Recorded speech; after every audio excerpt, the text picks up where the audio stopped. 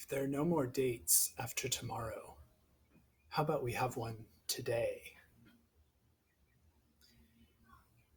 Hey, baby, I know the whole world might be getting sick, but I'll never get sick of looking at you. Just a couple more end of the world related pickup lines for you guys, 8th grade. The reason I'm bringing that up is because the topic of today's video has to do with the end times. We are in the end of the second letter of Peter, 2 Peter chapter 3, starting with verse 11. We're on slide 19. So the author says, "Be in lives of holiness and godliness, waiting for and hastening the coming of the day of God. We wait for new heavens and a new earth."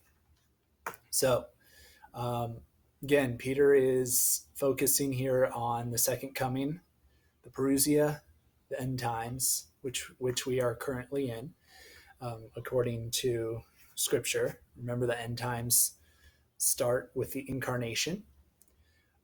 So yes, we've been in the end times for 2,000 years now. And we don't know when the second coming will occur. But Peter says Christians are not supposed to passively wait for the second coming. Instead, we're supposed to do things to actively bring it about. We're supposed to actively hasten the second coming of Christ. Now, what does this mean and what does this not mean? Well, obviously, this doesn't mean we should try to bring about the end of the world, right? There's nothing we can do to make the second coming arrive sooner, right? The time that is planned for the second coming of Christ is set in the mind of God. There's nothing human beings can do to make it arrive sooner or later, right? So I'm not saying that if one of you becomes dictator of the world, you should just start a nuclear war to try to bring about the second coming of Christ. That's not how this happens. What Peter is saying is that we can bring ourselves closer to God in the meantime, right? We can't control when the second coming is going to happen, but we can control what we do in the time before it happens, right? To actively hasten the second coming means to more closely align ourselves in relationship with Jesus Christ. All right. Now, what does Peter mean when he refers to the coming of the day of God? So the day of God is a term that Peter is going to use throughout his writings to describe, excuse me. Woo, I had to sneeze. Bless me. Anyways, the day of God is a term Peter and other New Testament writers use to describe the parousia. So if you ever see the phrase day of God, it also means parousia.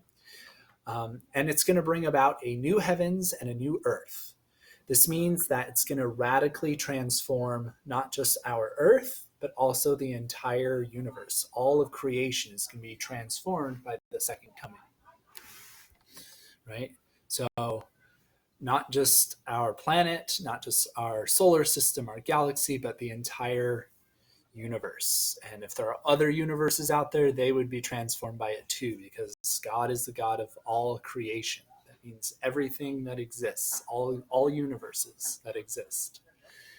All right, there are some things in Paul's letters that are hard to understand, which the ignorant and unstable twist to their own destruction, as they do the other scriptures. So Peter ends his letter with a really interesting little reference to Paul's epistles.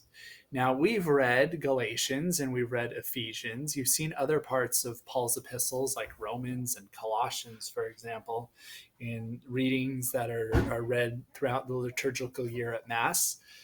Paul's epistles are very difficult to understand. We know this. And Peter here is acknowledging this. He's saying there's some things that Paul writes that are hard to understand. Very true.